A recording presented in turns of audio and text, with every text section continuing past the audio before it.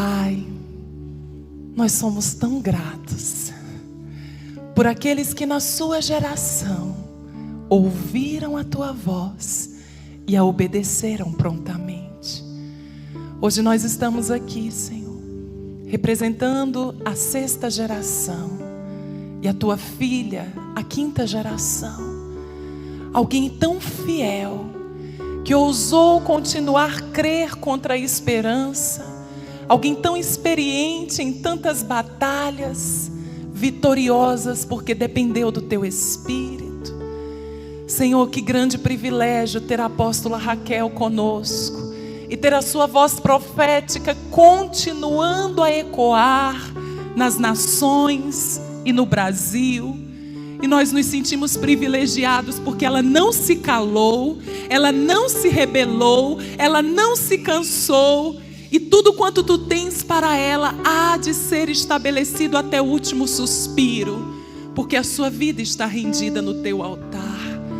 Que o teu manto a domine nesta hora, a cubra nesta hora, e que ela ministre aos nossos corações a tua palavra, aquilo que tu já plantaste em seu interior. Estamos aqui prontos para receber da tua parte tudo quanto tu preparaste para nós. E que esta palavra produza em cada um de nós todo o efeito para o qual será liberada. E daremos só a ti toda a honra e toda a glória. Em nome de Jesus. Amém. Hoje é Santa Ceia? Tá. Queridos, a paz do Senhor. Ai, que amém. Fraco, pequeno, não é digno de Deus. A paz do Senhor. Vamos dar um aleluia nessa igreja bem alto. Aleluia! Glória a Deus! Queridos, nós amamos ao Senhor Jesus. Estamos aqui por causa dele. E é bom ver vocês neste lugar. É bom estar na presença do Senhor. Amém? A gente já... Quem não me conhece, os das antigas me conhece. Os da nova geração, eu os abençoo no nome de Jesus. Já pastoreamos sim em Brasília. Já tivemos aqui muitas vezes. Mas louvado seja Deus, porque nós estamos aqui para ministrar no IBB Fé. Esse mês de setembro. E hoje os pastores me convidaram para ministrar a palavra. E é Santa Ceia. Então eu não vou fugir do tema. Amém? Nós vamos abrir a palavra de Deus em Lucas, capítulo 22, versículo 14 ao versículo 23. Os irmãos me perdoem que eu estou aqui embaixo. É porque esses degrauzinhos, por mais baixinhos que sejam, eles perturbam-me hoje.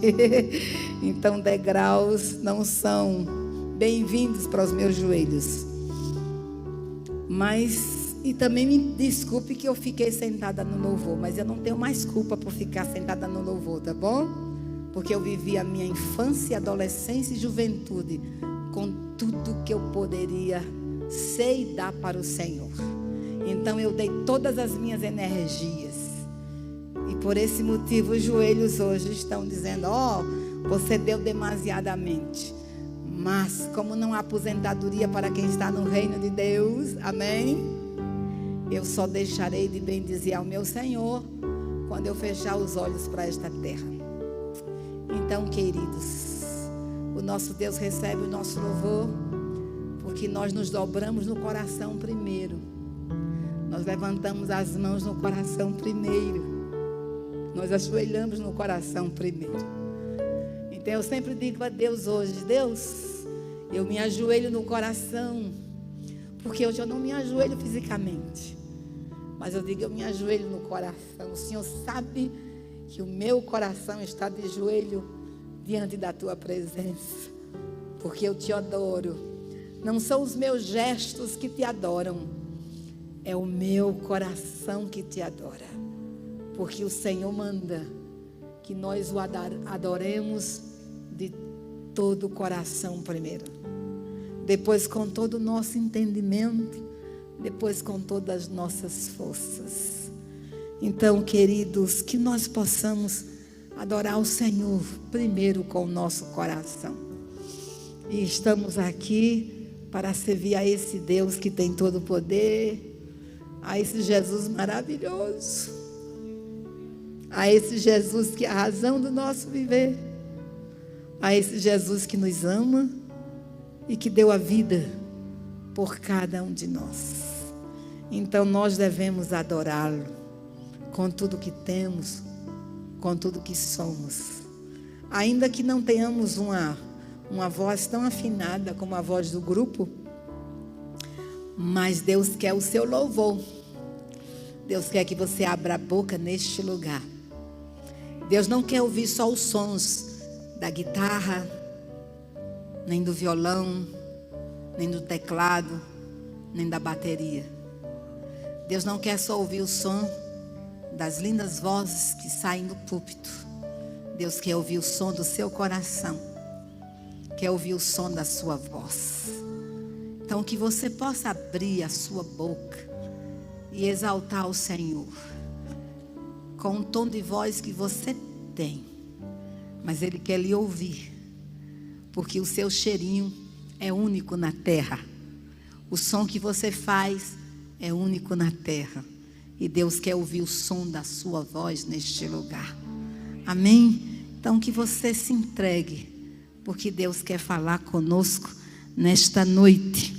Lucas 22, do versículo 14 ao versículo 23. E nós vamos falar do memorial da cruz. Fazei isto em memória de mim. E chegada a hora, pôs-se Jesus à mesa e com ele os apóstolos. E disse-lhes: tenho desejado ardentemente comer convosco esta Páscoa antes da minha paixão.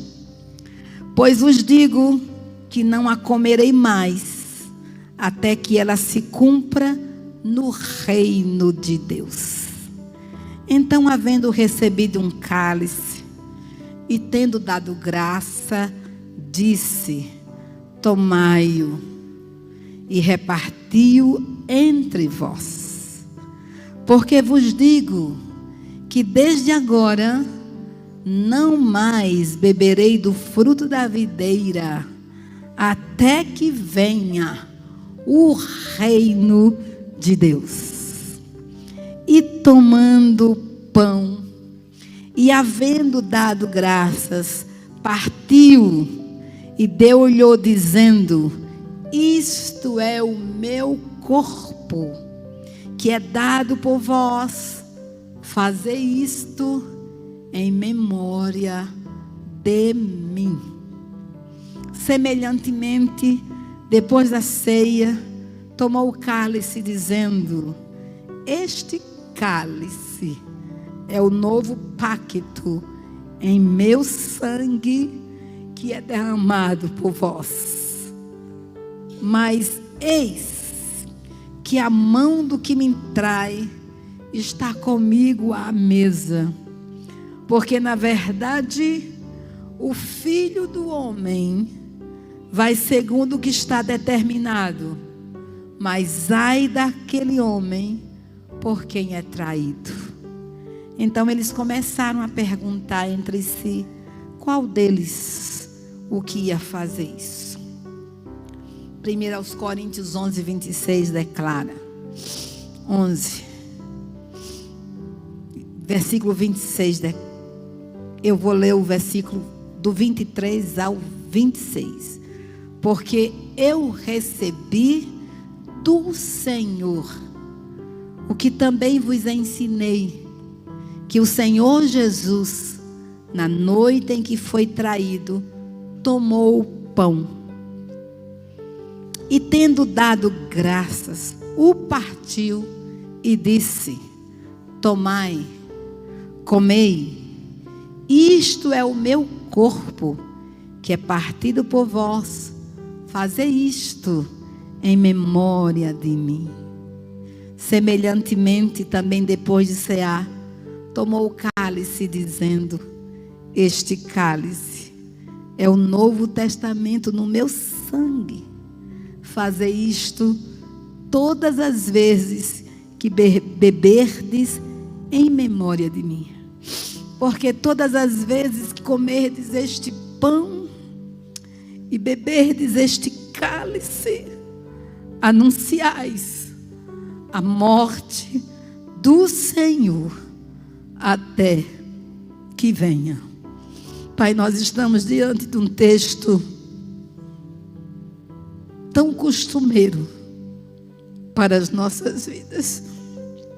E às vezes, por nos acostumarmos, nós lemos esse texto tão distante da realidade que ele representa para mim, que ele representa para os teus filhos aqui presentes e para a tua igreja, Senhor. Ó Deus, abre os nossos olhos, dá-nos espírito de revelação, dá-nos entendimento, Senhor, revelado, para que, Senhor, não tornemos a ceia do Senhor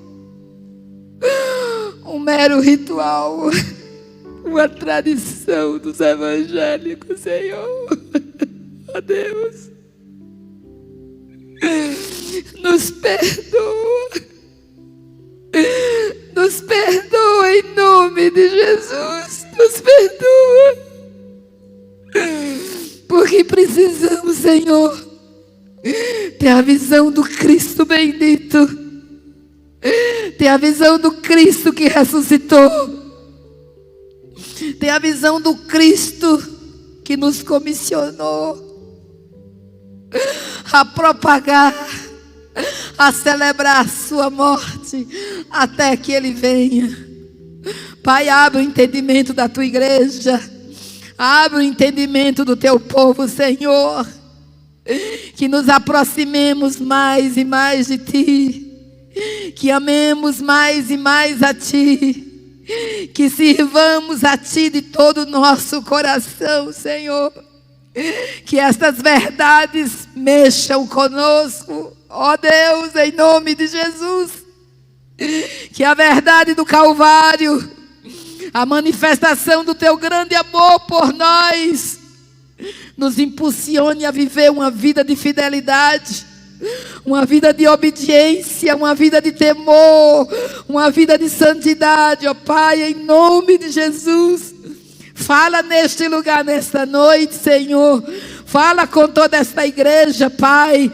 Fala com estes teus amados filhos que estão aqui, que foram trazidos pelo teu Espírito Santo. Senhor, em nome de Jesus, ensina-nos a te reverenciar. Tu estás aqui, Senhor. Tu estás aqui e queremos nos render aos teus pés. Queremos declarar que somos teus.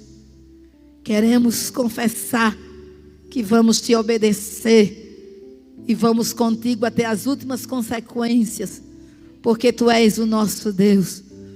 Tu és o nosso amado.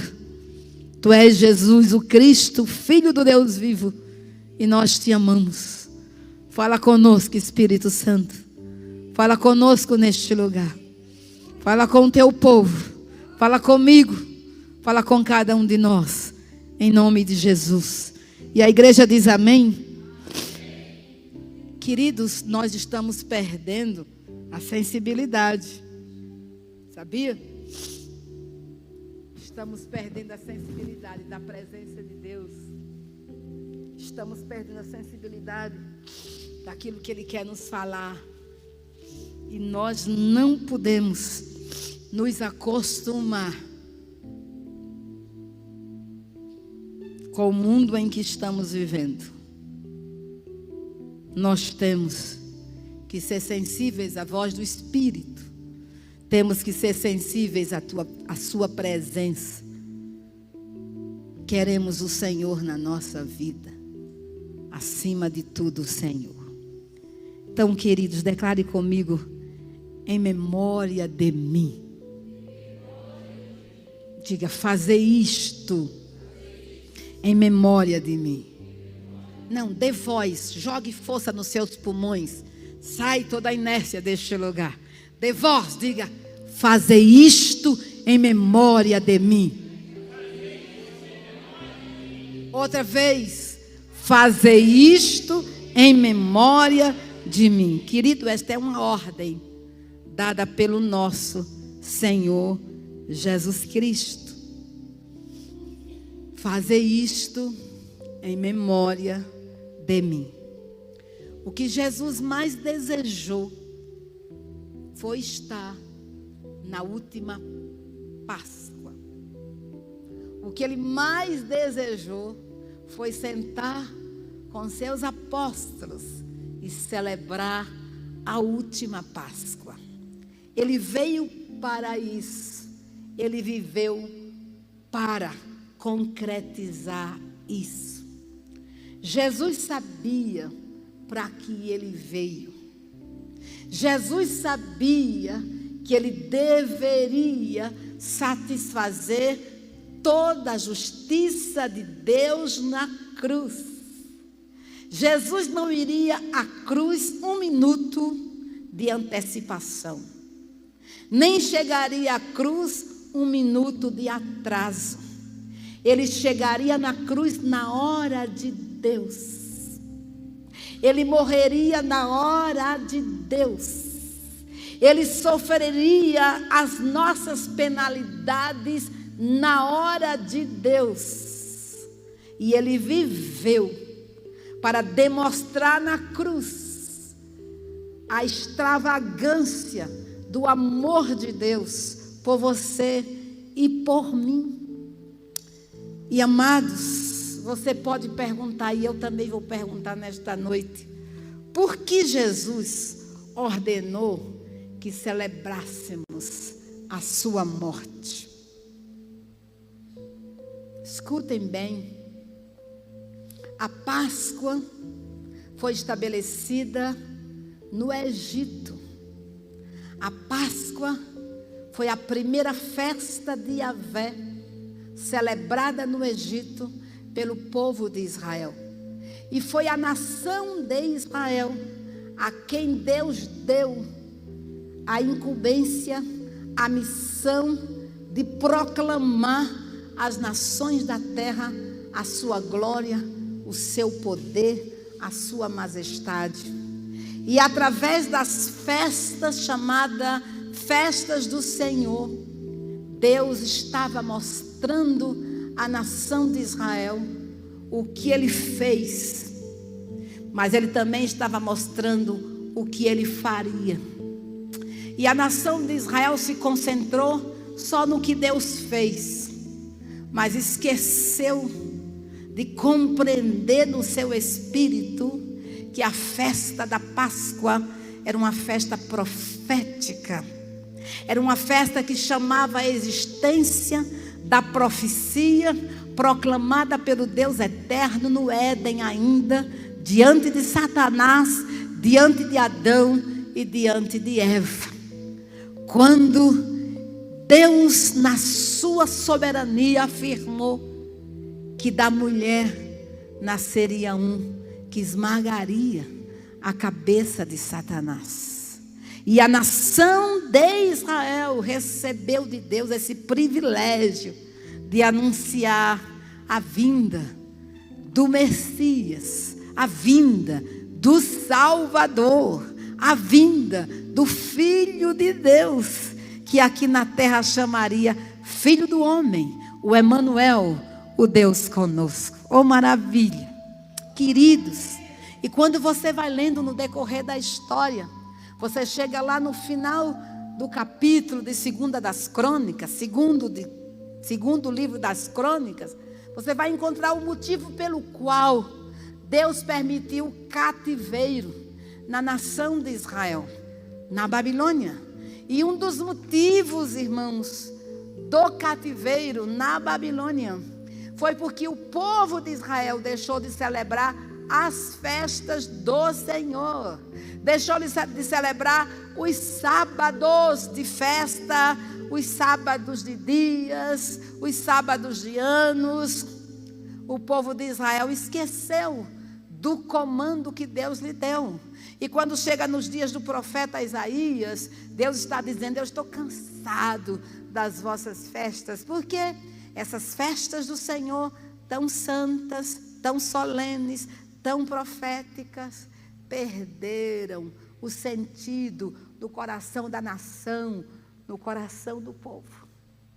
E infelizmente, nós vivemos esses dias onde a ordenança da ceia pode perder sentido no nosso coração, pode perder sentido na igreja, pode perder sentido no seu próprio coração, meu irmão, porque você pode encarar esse momento tão solene como um mero ritual, como uma mera tradição, que não fala mais ao seu coração quem é Jesus, o que Ele fez e o que Ele fará.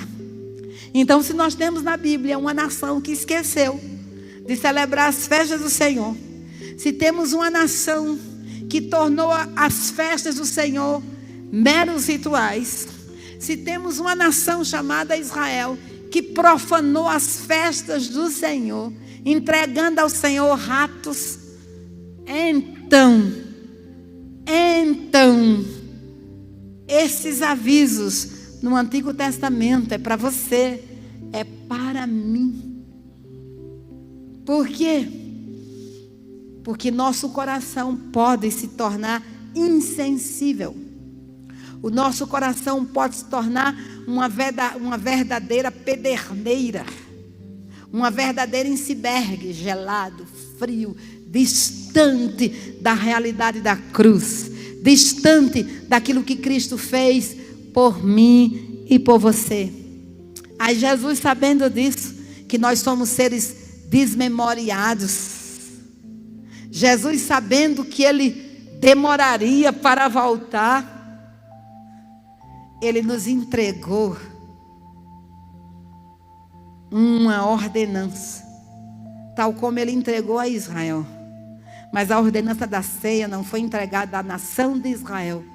A ordenança da ceia foi entregada à noiva do Cordeiro, à igreja do Senhor Jesus. E Ele deseja que nós não esqueçamos do que Ele falou. Percebam vocês que na grande comissão, lá em Mateus capítulo 28, quando Jesus entrega a grande comissão, Ele é taxativo ao declarar: fazei discípulos de todas as nações, batizando-os em nome do Pai, do Filho e do Espírito Santo, ensinando-os a guardar todas as coisas que eu vos tenho ensinado. Olha a grande comissão. Olha aí.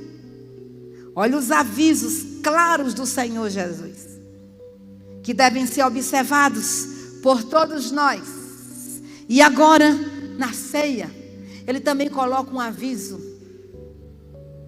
bem claro, para que nós não esqueçamos: fazer isto em memória de mim. Todas as vezes que comerdes do pão e beberdes do cálice, lembrem-se de mim.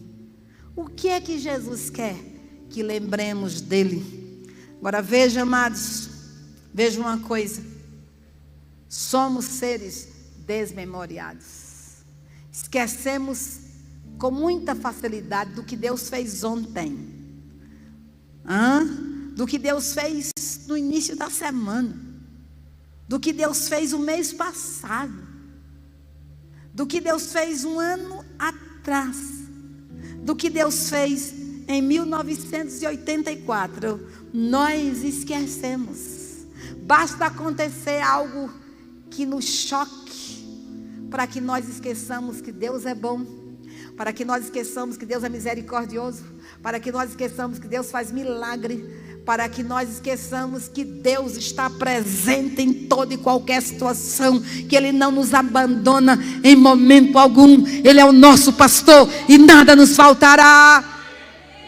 Como somos terríveis, como esquecemos com facilidade das grandezas de Deus.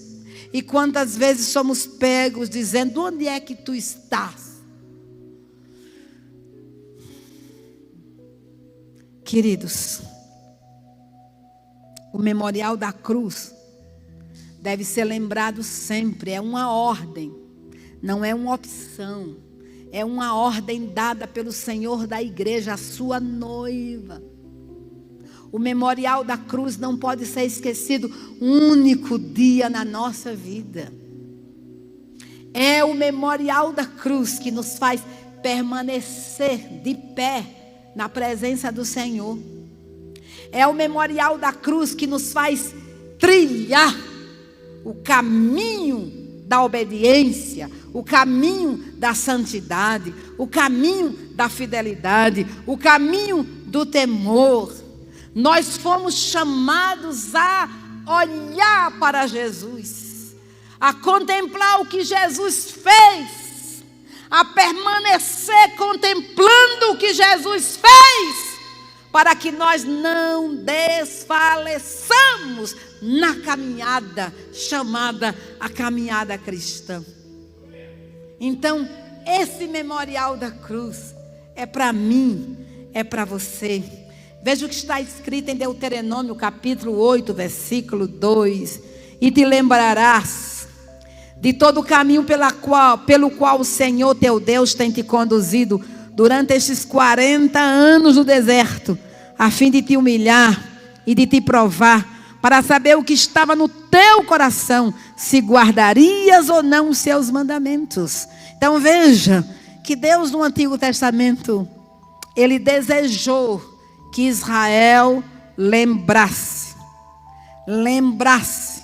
porque existe a Páscoa para lembrar de quê? Lembrar que com mão poderosa o Senhor libertou o povo de Israel do Egito. Lembrar o quê? Lembrar que Deus passou por cima, o anjo da morte veio, mas o sangue que estava nos umbrais das portas protegeu a nação de Israel. Lembrar de quê? Lembrar que o libertador, Yahvé, trouxe uma poderosa libertação. Mas Yahvé também trouxe uma poderosa provisão. Aleluia. Mas Yahvé trouxe saúde. Então ali, depois da Páscoa, o povo foi liberto, o povo foi curado e o povo foi enriquecido pela mão poderosa do nosso Deus.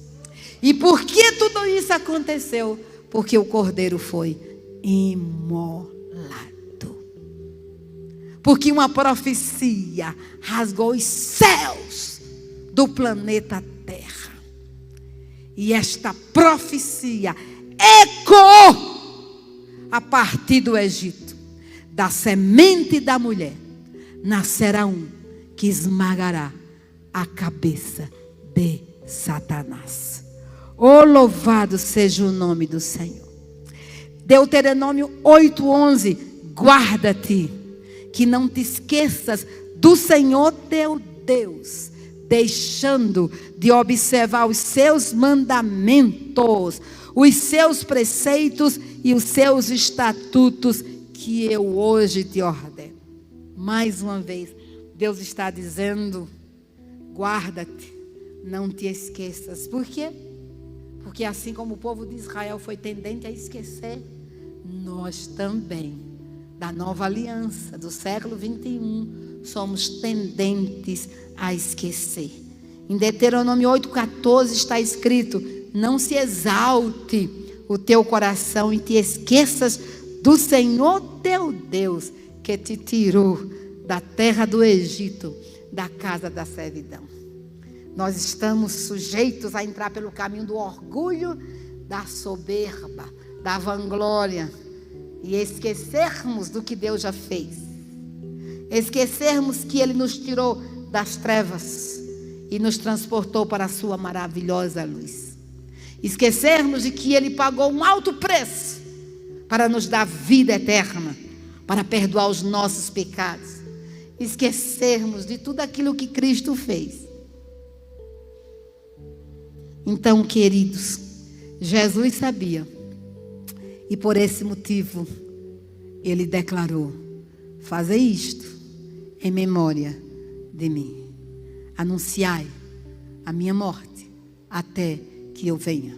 Isso não é uma opção, isso é uma ordem dada a Jesus, por Jesus, a sua igreja, aos lavados e purificados pelo sangue do Cordeiro, a todos aqueles que estão inseridos neste corpo místico do Senhor Jesus, a todos aqueles que já foram batizados no corpo de Cristo, que nasceram de novo.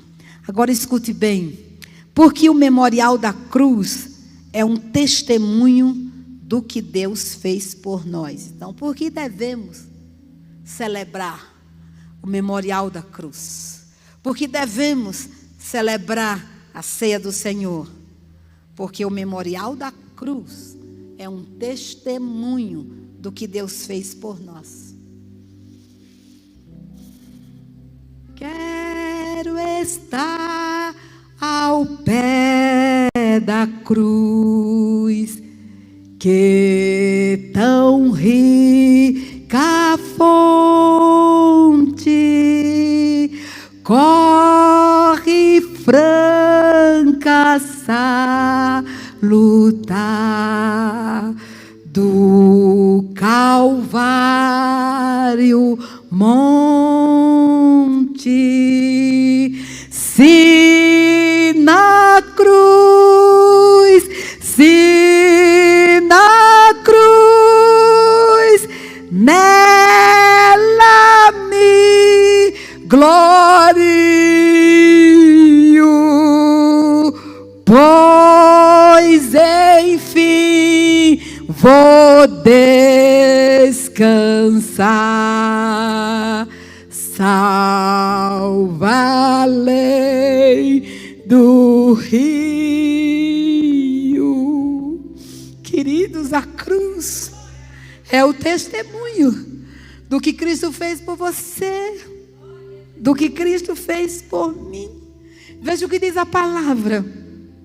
Por isso convém atentarmos mais diligentemente para as coisas que ouvimos, para que em tempo algum nos desviemos delas. Olha o que o autor aos Hebreus está dizendo, que é o Espírito Santo, que nós devemos atentar diligentemente para as coisas que ouvimos. O que foi que nós ouvimos?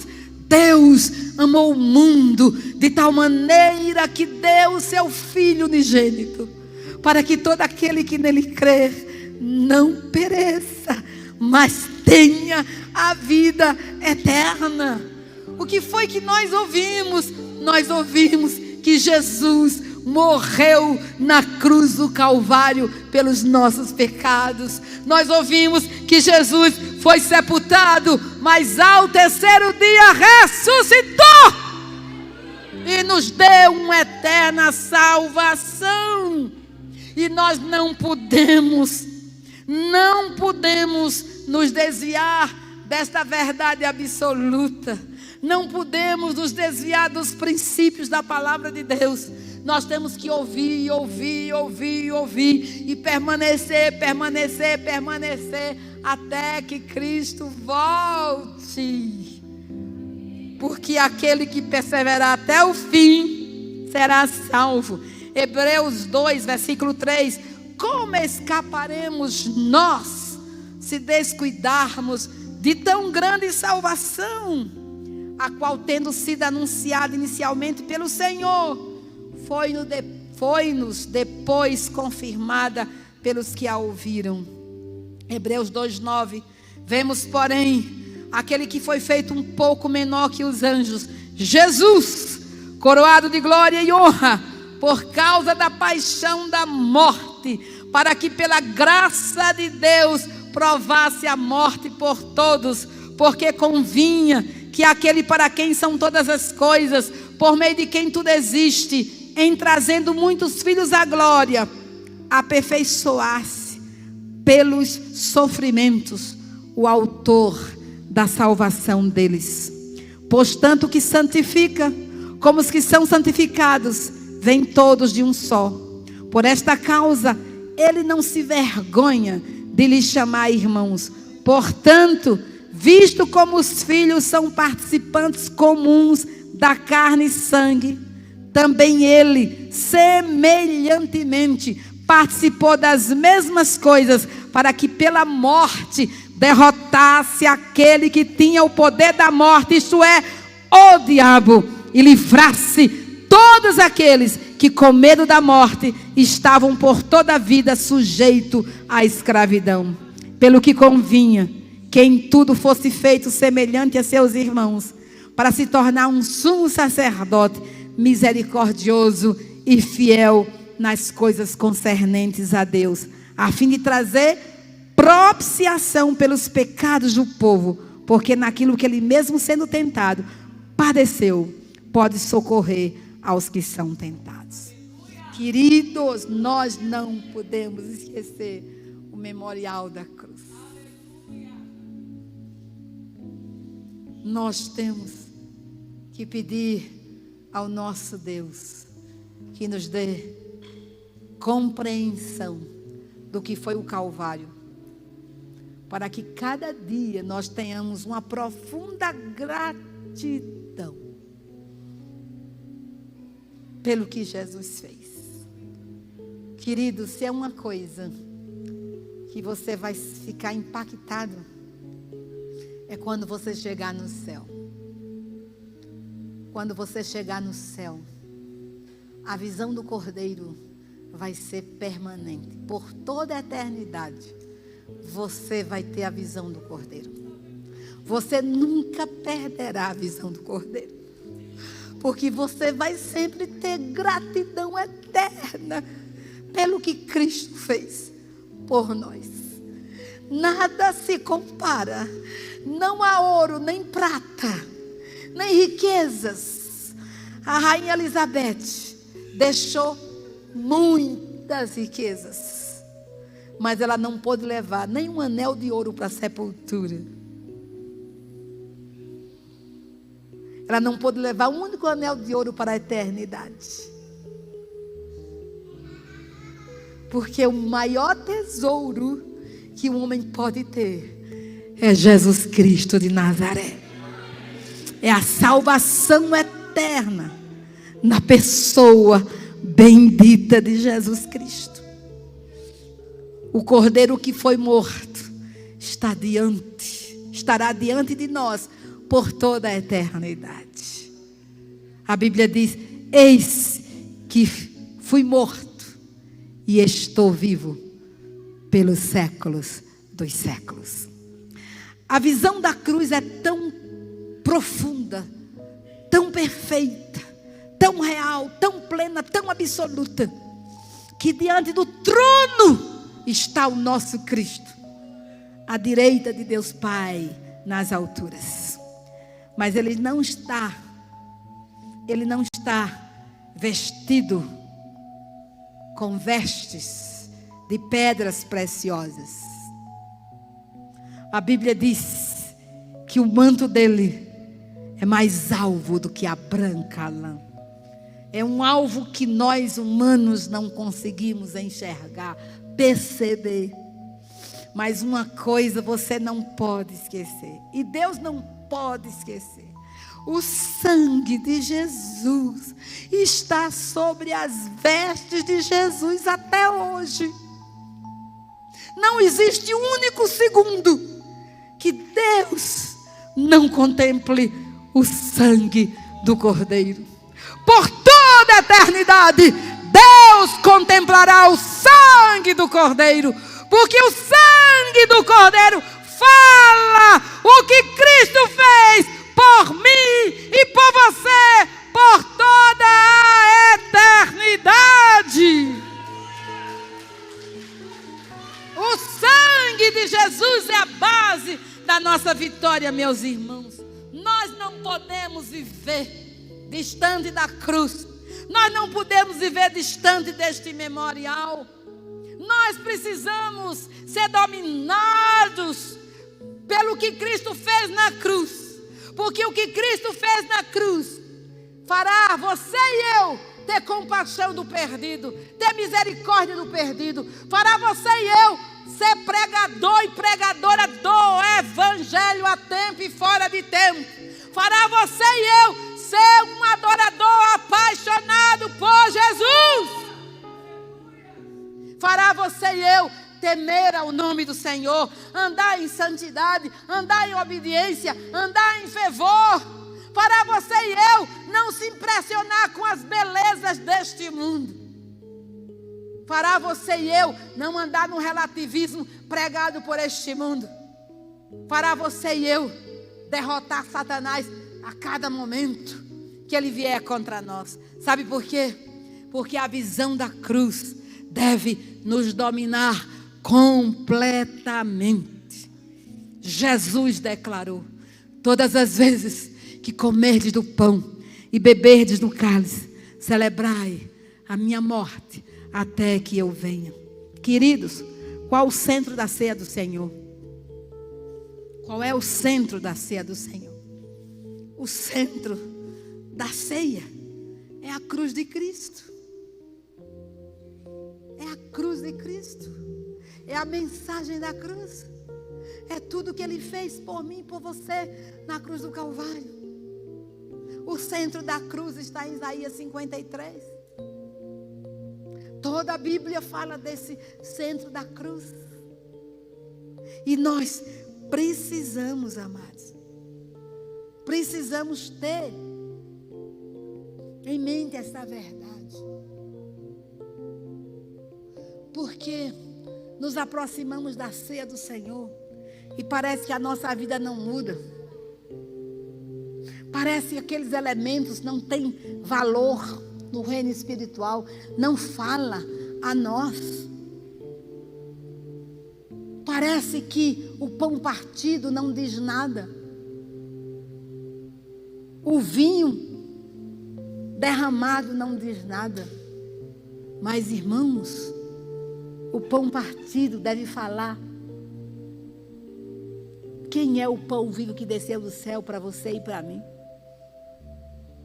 O pão partido deve falar o porquê ele foi partido, para que ele foi partido. E por que e para que deve ser vivenciado na minha vida hoje. Não foi só no dia que eu aceitei Jesus como meu Senhor e Salvador. Então veja, Jesus não nos mandou olhar para os milagres. E até hoje, os milagres de Jesus têm mais preeminência do que a cruz. E nunca, jamais, os milagres devem ter preeminência do que a cruz. Nunca, nunca, em tempo algum. Os milagres são importantes. Mas é necessário que entendamos que os milagres apontavam para o Jesus do Calvário. E o que me deve fazer andar com Jesus não é não é o fato dele me curar fisicamente. Isso é importante. Mas é, acima de tudo, o que o Calvário proporcionou para mim, para você. Então não é para os milagres que vocês devem olhar, mas você e eu devemos olhar para a cruz, para a sua morte, para a sua sepultura, para a sua ressurreição. E na ceia do Senhor, amados, nós temos 4 direções. E eu quero que você preste bastante atenção. Porque nesta ceia, nós temos que ser tocados pelo Espírito Santo de Deus. Qual é a primeira direção que você vê na ceia do Senhor? A ceia do Senhor nos convida a olhar para trás, a olhar para o passado. E esse passado anuncia o que Cristo fez. Oh, aleluia. O que Cristo fez. Você sabe o que Cristo fez por você? Será que você entrou nesta noite aqui e você, quando levantou as suas mãos para adorar, você lembrou do que Cristo fez pela sua vida? O que foi que Cristo fez?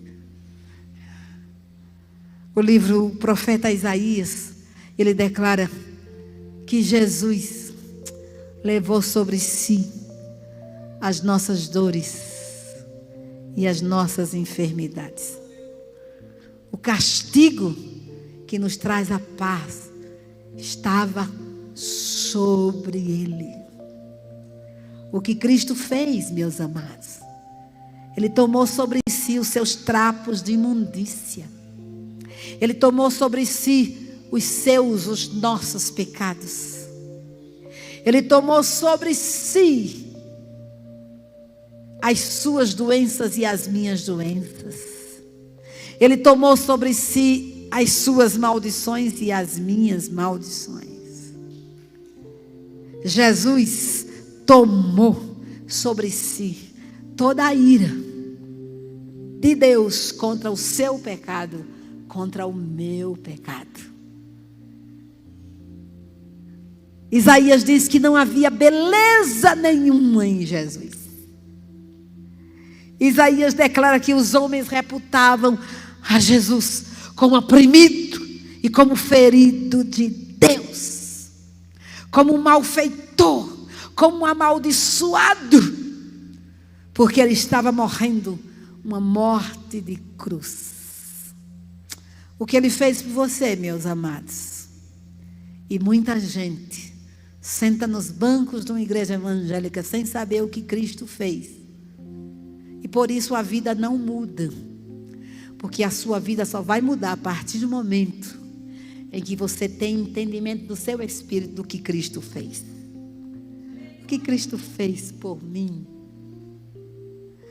O que Cristo fez por mim mudou a minha história e a sua história. O que Cristo fez na cruz mudou a história do céu. Mudou a história de Adão, de Abraão, de Isaac e de Jacó. O que Cristo fez na cruz mudou a história do Brasil. O que Cristo fez na cruz mudou a história dos povos, das línguas, das raças do mundo inteiro. O que Cristo fez na cruz mudou a história da sua família. Quem era você antes de Jesus? Quem é você hoje? E eu pergunto, como está a alegria da salvação no seu coração? Será que você diz assim, hoje é domingo, aleluia, eu vou para a casa do Senhor, celebrar o meu Deus com os meus irmãos? Ou você vem aqui, levando um peso nos ombros, e dizendo, mais um culto, mais um louvor, mais uma mensagem? É porque você perdeu, e não sabe nem onde perdeu, a alegria da salvação. Porque quando nós somos dominados pelo que Cristo fez, amados, a alegria da salvação borbulha no nosso coração. Porque nós não estamos aqui para servir a pastor nenhum, nem servir a denominação nenhuma. Nós estamos aqui para servir aquele que é o nosso Redentor, aquele que é o nosso Salvador, aquele que é a razão do nosso viver. Então a ceia do Senhor, você é convidado a olhar para trás, a olhar para o passado, a olhar para o que Cristo fez por você. Por você. Foi na cruz, onde um dia eu vi meu pecado castigado em Jesus. Foi ali pela fé que os meus olhos abri e agora me alegro em sua luz. Será que você se alegra nesta luz? Você se alegra nesta cruz? Você se alegra no que Cristo fez?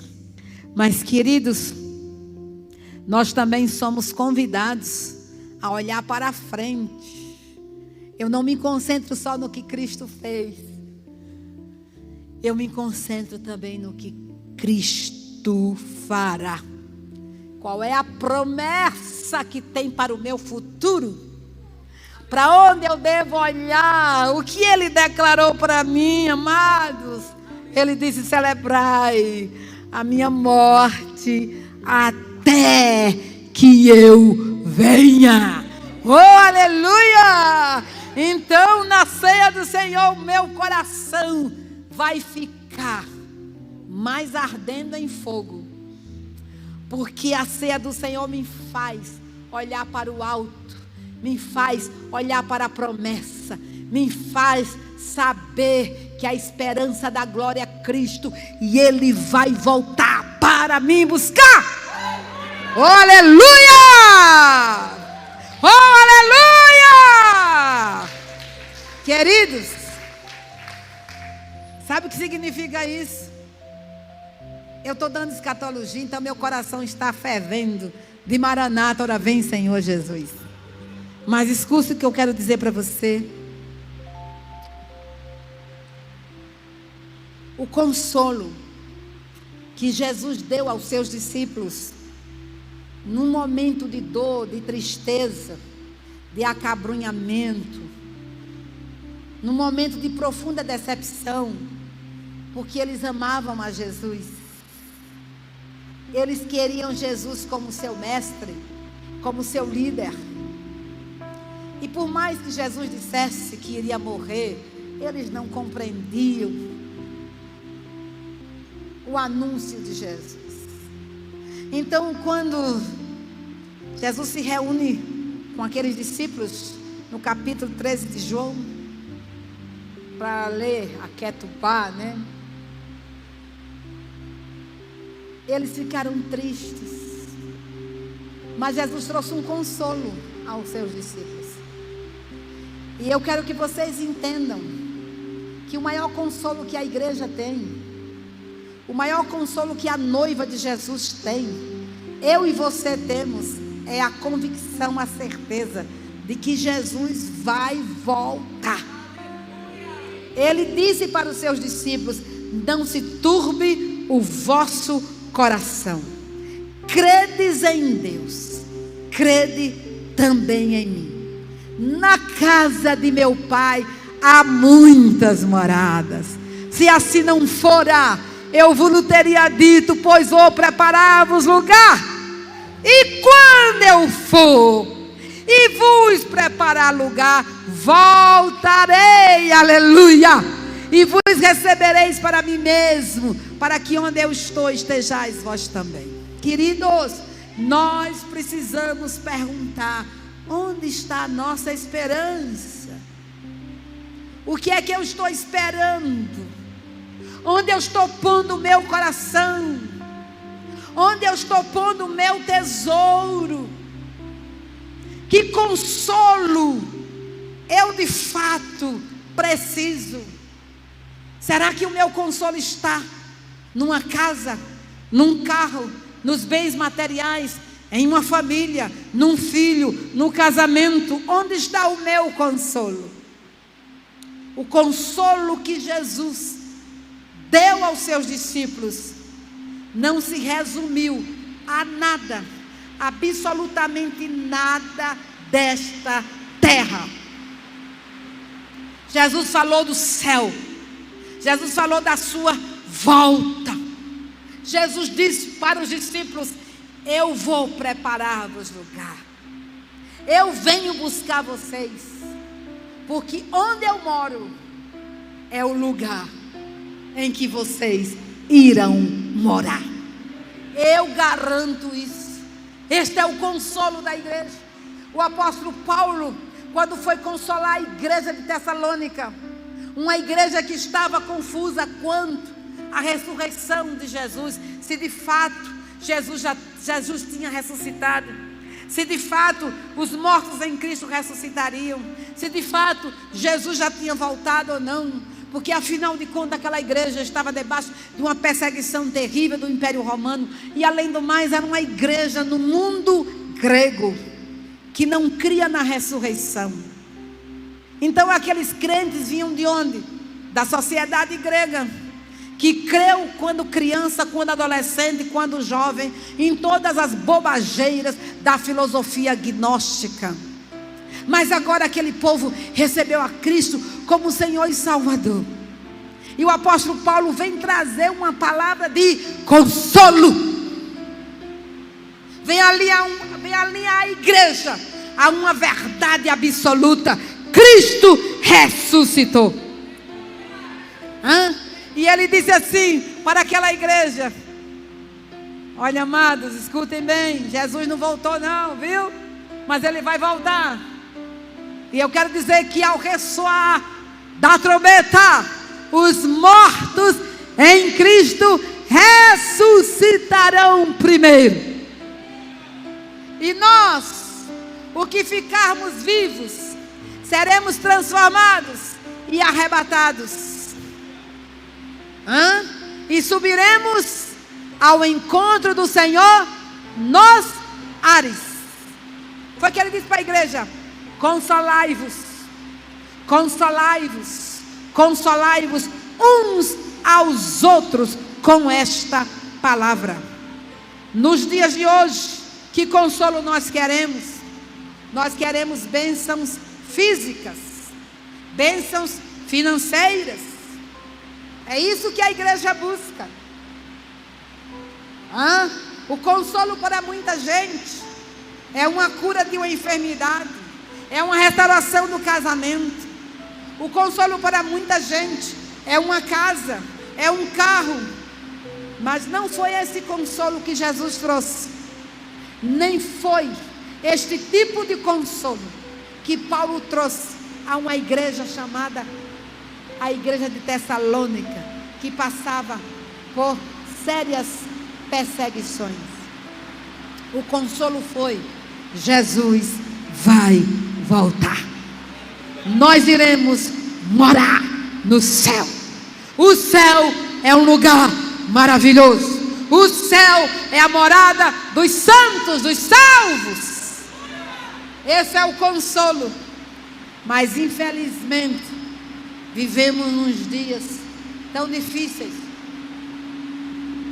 de tanto engano, de tanta apostasia, de tanto relativismo, que o céu perdeu o seu sentido na vida de muitos crentes, na vida de muitas igrejas. E aí o povo é feio e permanece feio, porque a alegria que ilumina o nosso rosto não pode vir de fora para dentro. A alegria que ilumina, que alumia o nosso rosto, ela vem de dentro para fora. É a alegria do Espírito Santo. E a Bíblia diz que Jesus foi ungido com óleo de alegria, mais do que aos seus companheiros. Por quê? Porque ele amou a justiça e odiou a iniquidade. E se nós somos igreja do Senhor, odiamos a iniquidade, com Jesus nós somos ungidos com óleo de alegria. E a alegria do Senhor é a nossa força. Nesse mundo tereis aflições, mas tende de bom ânimo. Eu venci. Eu venci a morte, eu venci o pecado, eu venci as enfermidades, eu venci as maldições, eu venci Satanás. E eu tornei vocês mais do que vencedores. Foi isso que Jesus declarou. Portanto, meu irmão, portanto, o apóstolo Paulo diz: se a nossa esperança se resumir no aqui e no agora, nas coisas desta terra, nós somos os mais miseráveis de todos os homens. Nós temos que ter a convicção plena de que a ceia do Senhor nos faz olhar para frente. Jesus vai voltar. Não foi a nação de Israel que recebeu o comando de anunciar a segunda volta do Senhor Jesus. Nenhum judeu que não é salvo está esperando a segunda volta do Senhor Jesus, o Messias de Israel, o verdadeiro Messias de Israel, Emanuel, Deus conosco, Jesus Cristo de Nazaré, Yoshua Mashiach, o Filho de Deus.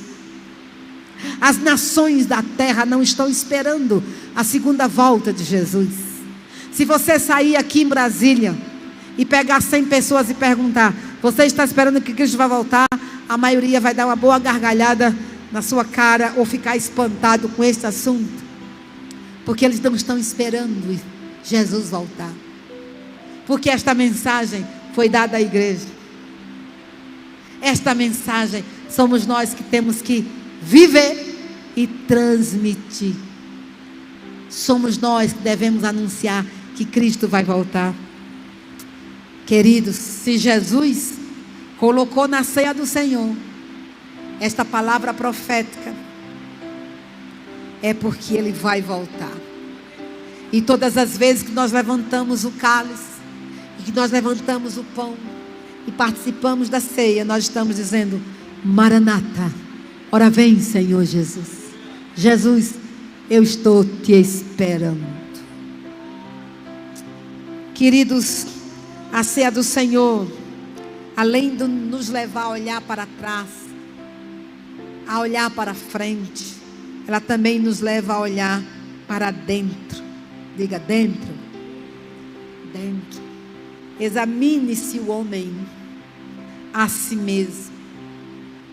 Esta é a ordem da palavra de Deus. Olhe para dentro de você. Olhe para dentro de você, amados. Você não é juiz do seu irmão. A Bíblia não manda nós olharmos para dentro do irmão. Não temos poder para isso. Mas temos que olhar para nós mesmos. Temos que fazer um autoexame e perguntar para nós mesmos: até onde eu amo a Jesus? Até onde eu estou crendo que estes elementos falam no reino do Espírito ao meu favor? Até onde eu estou crendo que o que Cristo fez na cruz do Calvário é para mim? Eu estou crendo na cura que procede do Calvário? Eu estou crendo no perdão que procede do Calvário? Eu estou crendo que o rol de dívida que havia contra mim nas ordenanças, Jesus cravou de fato na cruz? Eu me sinto perdoado? Eu me sinto resgatado? Eu me sinto justificado? Será que eu creio mesmo que o meu nome está escrito no livro da vida? Eu sou salvo? Você tem que fazer essa pergunta a você mesmo. Não é ao seu irmão, é a você. Como está a minha vida de santidade? Eu estou amando a Jesus? Eu estou pregando o Evangelho? Eu estou orando porque eu amo a Jesus e tenho comunhão com Ele? Com que motivação eu venho à igreja? Com que motivação eu canto? Queridos, a Bíblia manda que nós nos examinemos. É preciso que façamos este exame, porque nós temos que saber até onde nós cremos em Jesus, até onde o Espírito Santo tem domínio sobre a nossa vida, até onde estamos dispostos a obedecê-lo, até onde vivemos a vida de fé que a Bíblia fala, até onde amamos o irmão. Então, meu amado irmão, é necessário um autoexame. Sabe por quê? Davi, quando pecou, passou por todas aquelas privações? Porque ele escondeu o seu pecado. Ele escondeu Aí a Bíblia diz que as suas noites se tornaram angustiosas e angustiantes. Os ossos de Davi adoeceram. O seu humor se tornou em sequidão de estio. Ele se tornou azedo. A sua comunhão com Deus foi quebrada. A alegria desapareceu. Mas um belo dia, chega no palácio o homem de Deus, Natã. Bendito o dia que Natã chegou no palácio de Davi. Bendito o dia que Natã contou a bela história das ovelhinhas e da ovelha.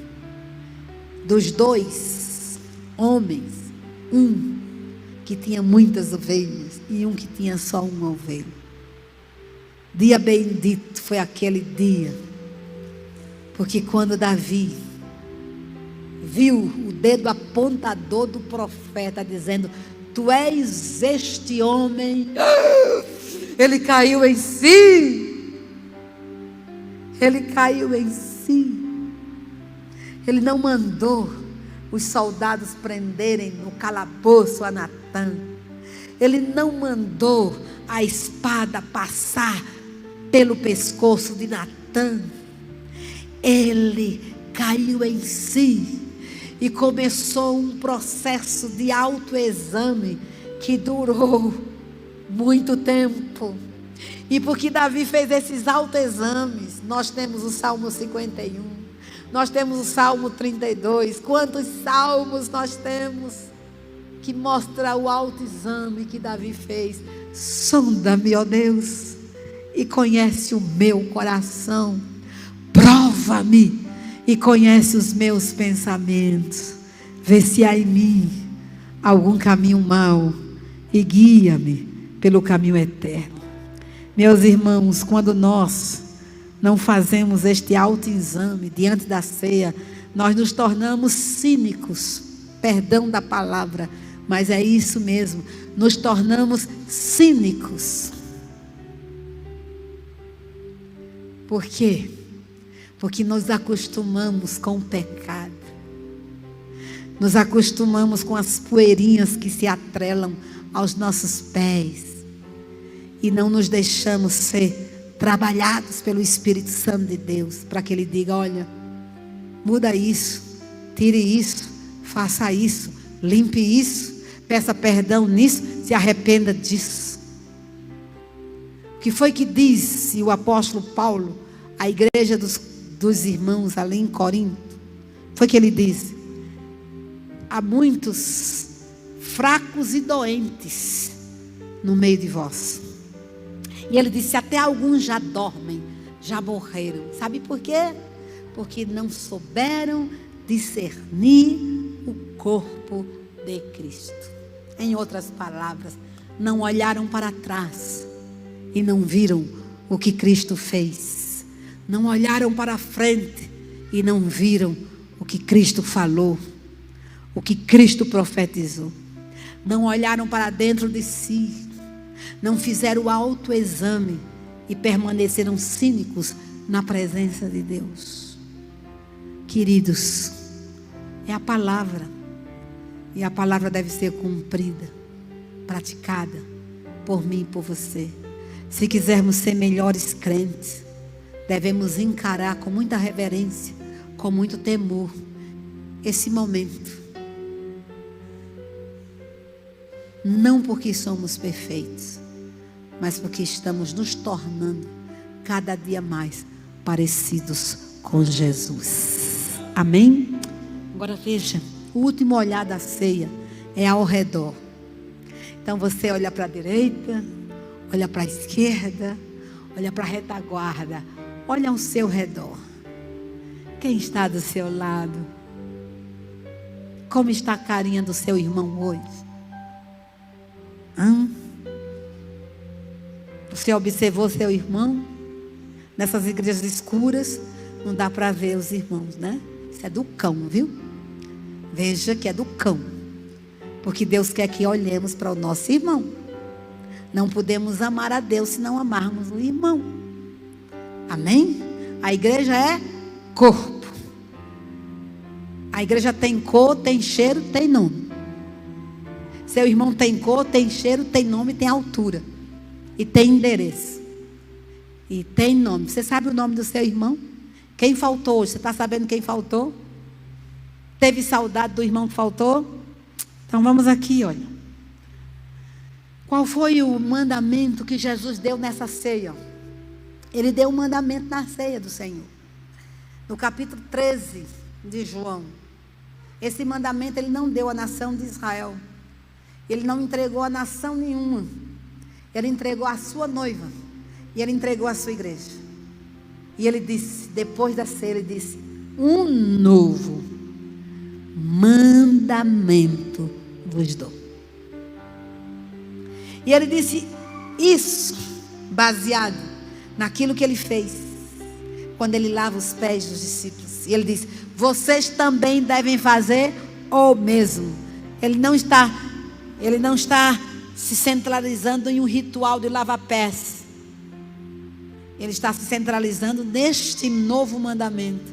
Um novo mandamento vos dou: que vos ameis uns aos outros, assim como eu vos amei. Percebam vocês que no Antigo Testamento tem o amor ao próximo. Amarás ao teu próximo como a ti mesmo. Qual é a medida do amor ao próximo? É a sua medida. Você vai amar o próximo na medida ou na proporção que você se ama. Então, se você se ama, você vai amar o próximo nessa medida. Então, o que é amar o próximo na minha medida? É fazer para o próximo aquilo que eu quero que faça para mim. Isso é amar o próximo. Agora, ao irmão não foi esse tipo de amor que Jesus entregou. Não foi. Esse tipo de amor Jesus entregou às nações da terra e à nação de Israel. Ame ao teu próximo como a ti mesmo. Faça para o outro o que você deseja que seja feito a você. Agora, amar o irmão, aí é de Torá. Aí não é na minha medida. Aí não é o quanto eu me amo. É o quanto Jesus me ama. É o quanto Jesus te ama. Agora olhe para a cruz. Qual foi a proporção do amor de Jesus por você? Ele deu a vida por você. Ele deu a vida por você. Ele amou você até a morte de cruz. Ele foi por você até as últimas consequências. Aí quando você chega em 1 de João 3,16, a Bíblia também nos ordena o seguinte, veja aí. 1 de João 3,16. Olha o que diz a palavra de Deus. Bíblia nova é assim, ela complica a gente. Olha aqui. Vamos ler o que está escrito. Nisto conhecemos o amor que Cristo deu sua vida por nós. Ponto e vírgula. Diga comigo. Cristo deu sua vida por mim. Diga. Fale alto, meus irmãos. Encha a boca d'água. Deixa o inferno possesso. Diga bem alto. Cristo deu sua vida por mim. Diga outra vez. Cristo deu sua vida por mim. Amém? Agora veja o que o versículo continua dizendo. Portanto, nós devemos dar a nossa vida pelos irmãos. Quer dizer comigo isso juntos? Portanto, também nós devemos dar a nossa vida por nossos irmãos. Eu devo dar a minha vida por meu irmão. Eu devo dar a minha vida por meu irmão, porque Jesus deu a sua vida por mim, e eu devo dar a vida a favor de meus irmãos. Eu devo me gastar de amor por meus irmãos. Aí o que a gente faz? A gente nem grifa esta palavra na Bíblia. Isso não faz parte, não é? Dos versículos desejados. Aí a gente compete com o irmão, aí a gente empurra o irmão, aí a gente fofoca do irmão, aí a gente faz intriga com o irmão, e a gente empurra o irmão, a gente não se alegra com o irmão. Que pecado, meus irmãos. Pecado mesmo, pecado. Sabe por quê? Porque Jesus deu a vida pelos nossos irmãos. Jesus deu a vida pela igreja.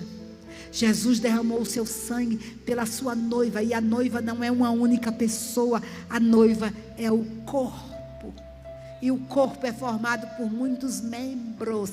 Eu sou membro, você é membro. E juntos formamos o corpo de Cristo. O mesmo sangue que foi derramado por mim foi derramado por você.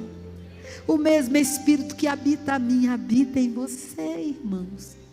E Jesus disse que Ele deu a vida por nós.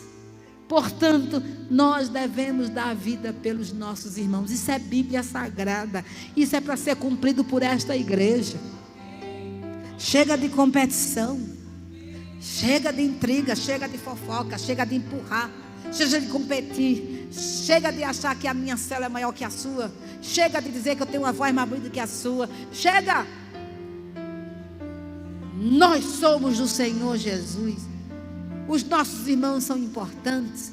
Não importa a posição que ele ocupe na igreja. Não importa que posição ele ocupe na sociedade. Nós somos irmãos em Cristo. Jesus pagou o preço em nosso lugar. Então, queridos, na ceia, nós temos que saber porque Jesus morreu. Como Cristo morreu. Por quem Jesus morreu? E para que Jesus morreu? Você tem que saber. Você tem que dizer assim, ó, de cós salteado. Por que Jesus morreu? Como Cristo morreu? Por quem Jesus morreu? E para que Jesus morreu? Amados, fazer isto em memória de mim, porque o memorial da cruz é para os que creem e têm a Jesus como seu Senhor. O memorial da cruz não é para o ímpio. O memorial da cruz não é para o religioso. O memorial da cruz não é para o amigo do evangelho. O memorial da cruz é para os lavados e purificados pelo sangue do Cordeiro. É para aqueles que têm o seu nome escrito no livro da vida. É para aqueles que estão arrolados nos céus. É para aqueles que estão inseridos num corpo, na igreja local, que presta contas a um pastor, sim. Sim. Que congrega junto com seus irmãos.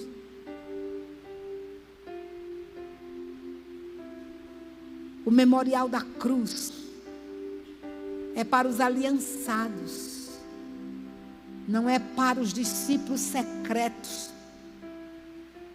é para aqueles que publicaram a sua fé viva na pessoa bendita de Jesus Cristo e vive a vida de Jesus no poder da ressurreição. Porque a ceia do Senhor, ela não é um amuleto.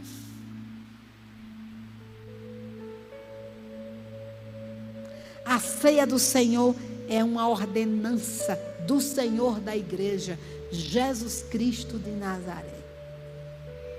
E todo aquele que come e bebe indignamente torna-se réu do corpo de Cristo. Sabe o que é ser réu? É ser alguém que naquele dia vai se sentar na cadeira e vai receber a condenação, a sentença do Deus Todo-Poderoso.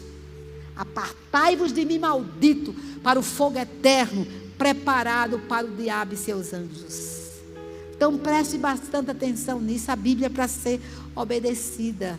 Eu não sou mais ré. Por que eu não sou ré? Porque você não é mais ré. Porque você foi justificado pelo sangue do Cordeiro. Quando Jesus morreu na cruz do Calvário, Ele sentou na sua cadeira de réu. Ele foi lá, tomou o seu lugar. E o meu Deus, que é justo, não pode punir duas vezes na mesma falta, quando o pecado já foi pago. Deus é justo. Então Jesus pagou e você recebeu a justificação. Tetelestai. Não tem mais culpa, não tem mais condenação. Amém? Está perdoado, está justificado. Então precisamos saber que nem todo mundo foi justificado. Nem todo mundo recebeu a Jesus como Senhor e Salvador na sua vida. Nem todo mundo abandonou o pecado. Nem todo mundo tem seu nome escrito no livro da vida. A salvação é para todos, diz a palavra, mas principalmente para os fiéis, para aqueles que receberam a Jesus como Senhor e Salvador. Quando Jesus fez a ceia, Ele não chamou o mundo inteiro para sentar naquela ceia. Ele chamou os íntimos, Ele chamou os aliançados. E Judas, que não estava com veste nupcial, foi arrancado daquela ceia, apartado da presença de Deus, porque entrou naquele lugar sem vestes nupciais. Ele comeu do cálice, ou melhor, comeu do pão e bebeu do cálice, para receber, sabe o quê? Receber a possessão de Satanás, para receber no seu corpo, no seu espírito, na sua alma, a pessoa de Satanás. Só tem duas pessoas, só tem uma pessoa na terra que vai receber Satanás na sua essência, é o anticristo.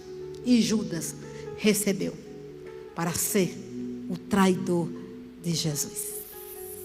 E ele recebeu por quê? Porque ele renegou, ele rejeitou. Ele nunca se aproximou de Jesus dentro da percepção que ele precisava se aproximar. Eu não sei como é que alguém é ladrão de Jesus, mas Judas era ladrão de Jesus. Mas se tem gente ladrão de Deus não dando o dízimo, então é a mesma coisa. Percebam? Agora veja o que diz a palavra em Tito 2:1. Tu, porém, fala o que convém, a sã doutrina, em tudo te dá por exemplo de boas obras, na doutrina mostra integridade, sobriedade, porque a graça de Deus se manifestou, trazendo salvação a todos os homens, ensinando-nos para que, renunciando à impiedade e às paixões mundanas, vivamos no presente mundo sóbria e justa e piamente, aguardando a bem-aventurada esperança e o aparecimento da glória do nosso grande Deus e Salvador Cristo Jesus, que se deu a si mesmo por nós, para nos remir de toda iniquidade e purificar para si um povo todo zeloso de boas obras. Fala estas coisas, exorta e repreende com toda a autoridade. Ninguém te despreze. Percebam? A ceia é para os santos, é para os justificados, é para aqueles que vivem a vida de Jesus no poder da ressurreição, é para aqueles que vivem na obediência da fé, é para aqueles que abandonam o pecado, olha, que vivem no presente mundo sóbria e justa e piamente. É para aqueles que aguardam a bem-aventurada esperança, a volta de Jesus como seu Senhor, como seu Salvador. Você diz amém? Porque, amados, devemos obedecer à ordem de Jesus. Fazer isto em memória de mim. Porque o memorial da cruz é uma profecia que chama a existência da segunda vinda de Jesus. O memorial da cruz, eu vou ser mais clara, o memorial da cruz é sinal do arrebatamento da igreja. O memorial da cruz é sinal do arrebatamento da igreja. O memorial da cruz, sim, a ceia do Senhor não foi dada ao mundo, foi dada aos aliançados.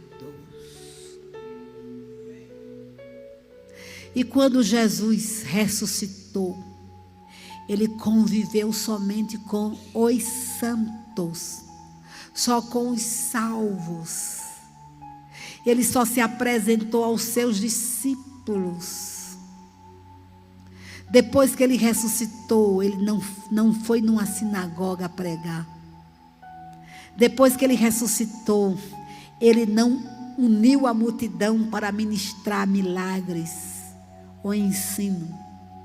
Jesus passou 40 dias e 40 noites com um corpo glorificado no meio dos salvos, no meio dos santos. E quando ele subiu ao céu, só quem viu ele subir foi quem virá. Quem irá ver ele descer. Vocês não dão glória, né? Vocês não estão entendendo, né? Quem viu Jesus ascender ao céu? Só 500 discípulos. Mas ele não ascendeu ao céu? Ascendeu. Mas ímpio nenhum viu Jesus ascender ao céu. Religioso nenhum viu Jesus ascender ao céu. Judeu nenhum que não fosse salvo pela pessoa bendita de Jesus Cristo viu ele ascender ao céu. Só quem viu ele ascender ao céu foram aqueles que estavam no Monte das Oliveiras, em Betânia, 500 discípulos. E aqueles que viram, ouviram, os dois varões, os dois anjos que desceram para dar um aviso, dizendo: varões galileus, porque estáis olhando para as alturas, esse Jesus que vistes subir, da mesma maneira virá. Aleluia. Virá para quem? Para os santos, para os salvos, para a igreja. Queridos, creia nisso, em nome de Jesus. Seja dominado por esta verdade. Ame a Jesus, porque este memorial da ceia fala que ele vai voltar para nos buscar.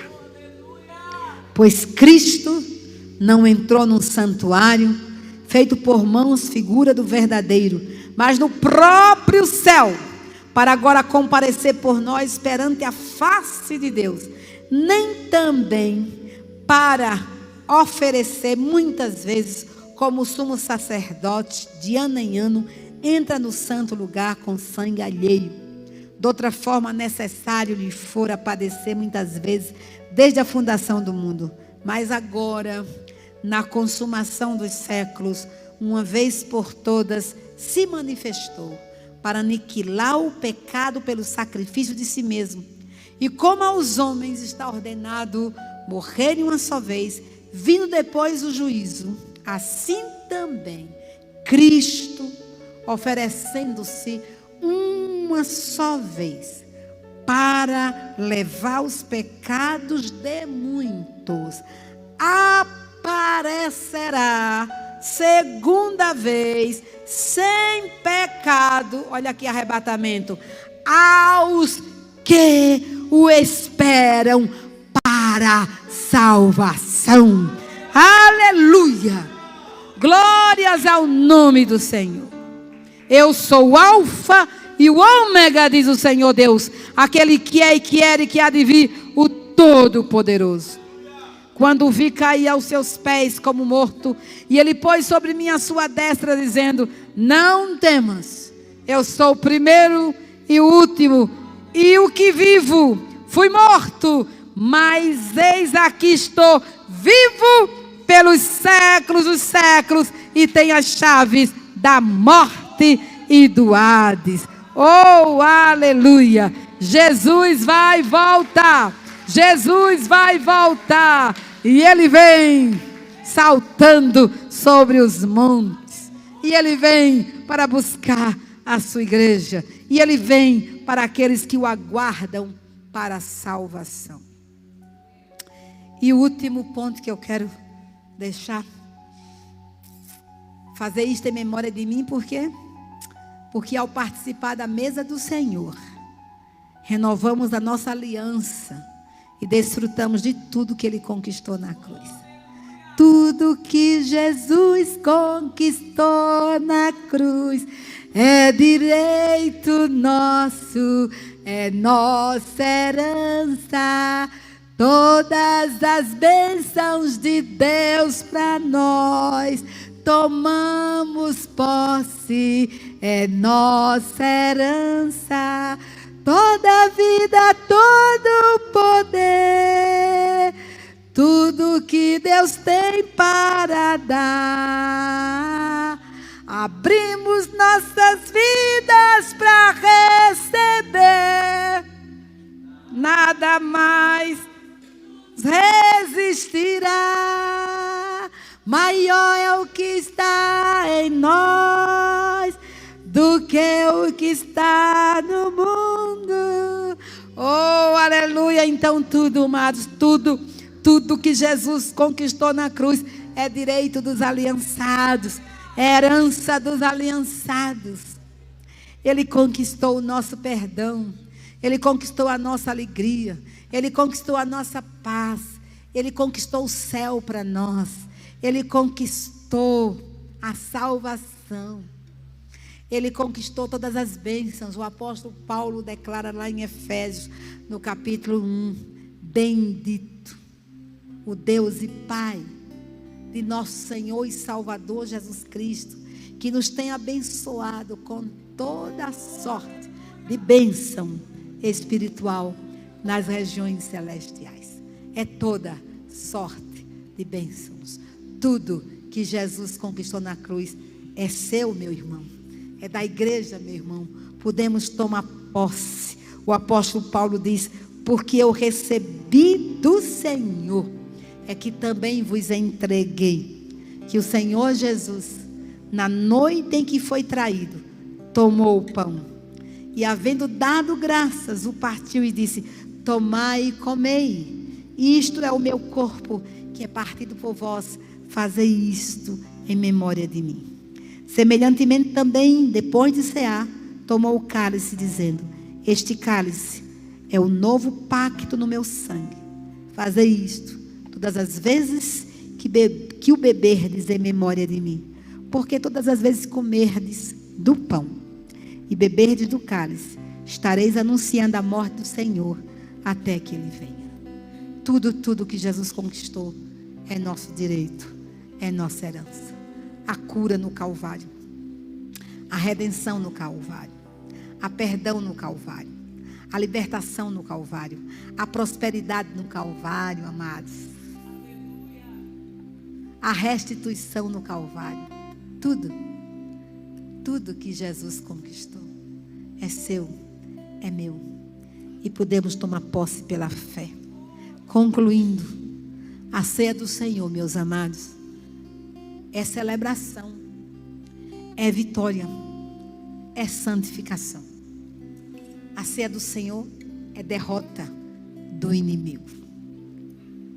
Saiba disso. A ceia do Senhor é derrota do inimigo. A ceia do Senhor é a nossa vitória. É a nossa vitória. Que o Espírito Santo de Deus, Abra o seu entendimento. Abra o meu entendimento. Abra o entendimento dessa igreja. E que nós, amados, ao nos aproximar desta ceia, olhemos para trás e vejamos o que Cristo fez. Olhemos para dentro de nós e nos auto-examinemos. Olhemos para ao nosso redor e vejamos o nosso irmão. Ele é um comigo. Ele é um com você. E Jesus mandou que nós amássemos o irmão como Ele nos amou. Assim como Ele deu a vida por nós, devemos dar a vida pelo nosso irmão. Devemos orar pelo nosso irmão. Devemos ter compaixão pelo nosso irmão. Devemos levar as cargas, ajudar o irmão a subir a montanha. Devemos exortar o irmão num tempo que se chama hoje, porque Jesus está próximo a vir. Amém? Devemos, amados irmãos, desejar o melhor para o nosso irmão. Olhe e veja. O irmão está precisando que dá passagem para voltar para casa. O irmão não almoçou hoje. Está precisando do lanche, do jantar. Como é que nós estamos vendo o nosso irmão? Irmãos? Então a ceia não só nos leva ao topo da transfiguração, mas a ceia nos faz descer e olhar a necessidade do nosso irmão. Mas na ceia você também olha para o futuro. E o futuro é glorioso. O futuro é Maranata. Ora, vem, Senhor Jesus. E se eu vivo esperando o Senhor Jesus, se você vive esperando o Senhor Jesus, com certeza você vive na obediência, na santificação, na fé, no temor, na compaixão, na misericórdia. E dia a dia você está se enchendo de Deus. Dia a dia você está sendo embelezado pelo Espírito Santo. E você está sendo praticante deste Evangelho, que é o poder de Deus para a salvação de todo aquele que nele crê. Fiquemos de pé. Pai, nós te louvamos pela tua presença neste lugar. Te bendizemos, ó Deus, por esta igreja, por estas vidas aqui presentes, a quem o Senhor ministrou. E o Senhor ministrou muito mais além daquilo que falamos, porque o teu Espírito sabe como traçar em miúdos esta palavra no coração dos teus amados. E eu os abençoo para que eles prosperem. Eu os abençoo para que eles sejam mais santos, mais tementes, mais consagrados, mais avivados, mais compassivos, mais misericordiosos. Eu os abençoo para que a beleza de Cristo se veja em cada um daqueles que fazem parte da Insejec aqui em Brasília. Que a tua beleza, Jesus, seja vista em cada um dos teus filhos neste lugar, na vida da liderança, dos pastores e na vida de cada discípulo membro, em nome de Jesus. Amém. Você diz amém, igreja?